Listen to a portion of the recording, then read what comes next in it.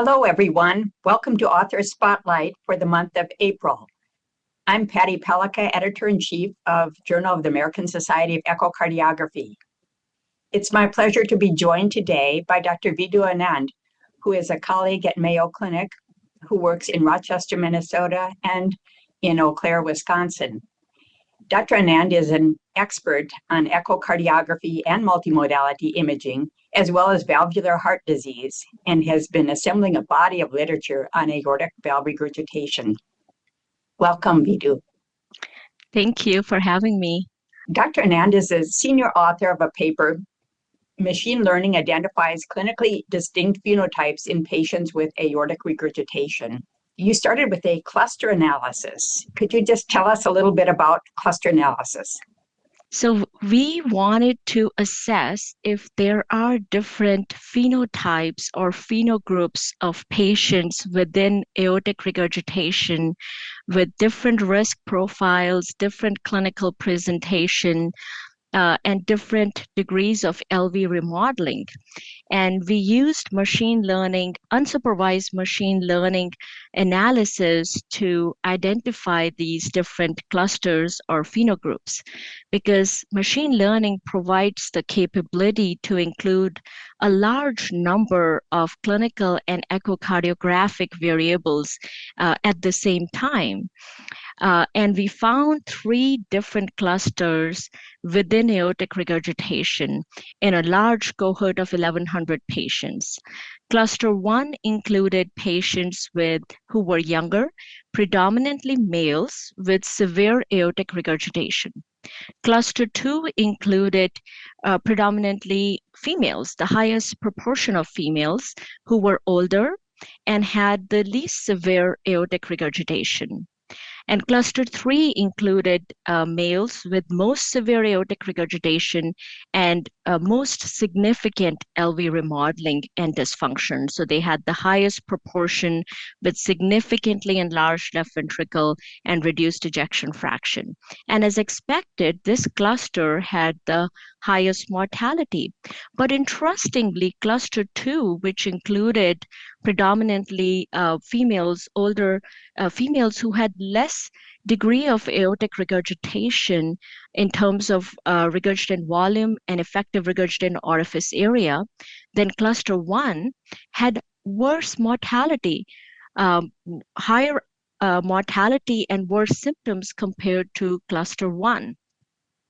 So these were the 3 distinct clusters identified based on their variable clinical and echocardiographic features and variable prognosis. And so you used the machine learning analysis to just identify these groups and then sort of validated it by finding differences in mortality in the 3 groups. That's correct. And we split our cohort into a training set and a validation set. And we did validate these clusters. And on validation, we had exact same results, 3 distinct clusters with distinct mortality profile. We also found that end systolic volumes were a strong predictor of cluster assignment and outcomes, which is currently not a guideline criteria for intervention. Were you surprised by what you found?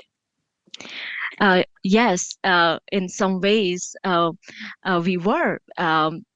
I wasn't expecting a couple surprises. Number one, I wasn't expecting that we would have a distinct cluster of women who have symptoms and worse survival at a lesser degree of aortic regurgitation. And that does inspire us and others in the field to look at more sex-specific considerations in aortic regurgitation evaluation and management. And we were also surprised to find some of the variables such as end systolic volumes, which are currently not in the guideline criteria to determine the timing of surgery. The current guidelines look at symptoms, left ventricular dimensions, and ejection fraction. So those were a few things that have actually inspired us to dig deeper into aortic regurgitation and explore differences between these clusters. For those of us doing echocardiography, what measurements should we be sure to capture in patients with aortic valve regurgitation?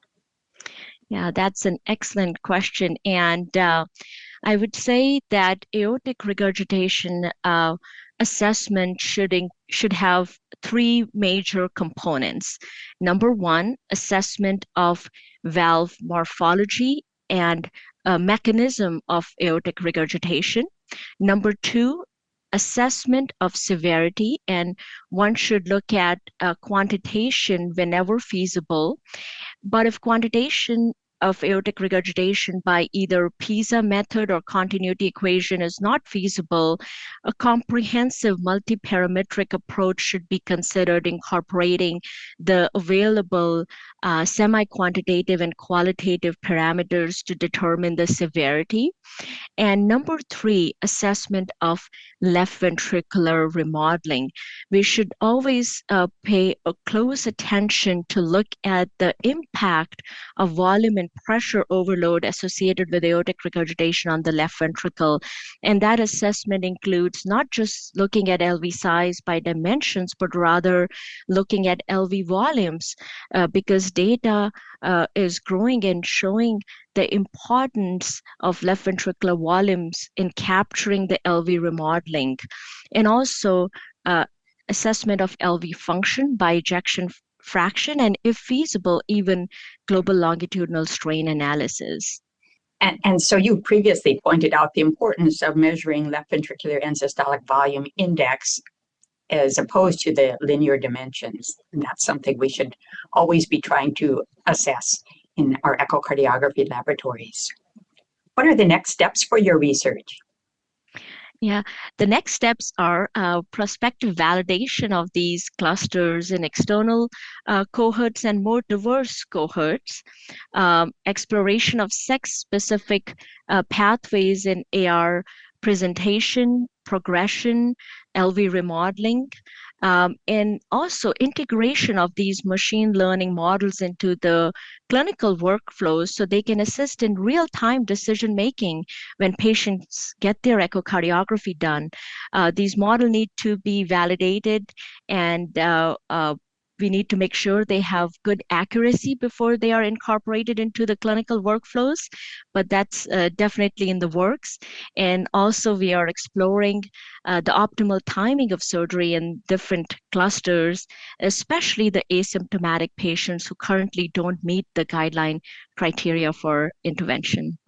Well, that's very exciting work. Thanks for visiting with me today, Vidhu. And I encourage all our readers to check out your excellent work about cluster analysis in aortic regurgitation and how we can use this to improve the care of our patients clinically. Thank you so much for having me and for the wonderful opportunity to speak with you today. Thanks for publishing in JASE.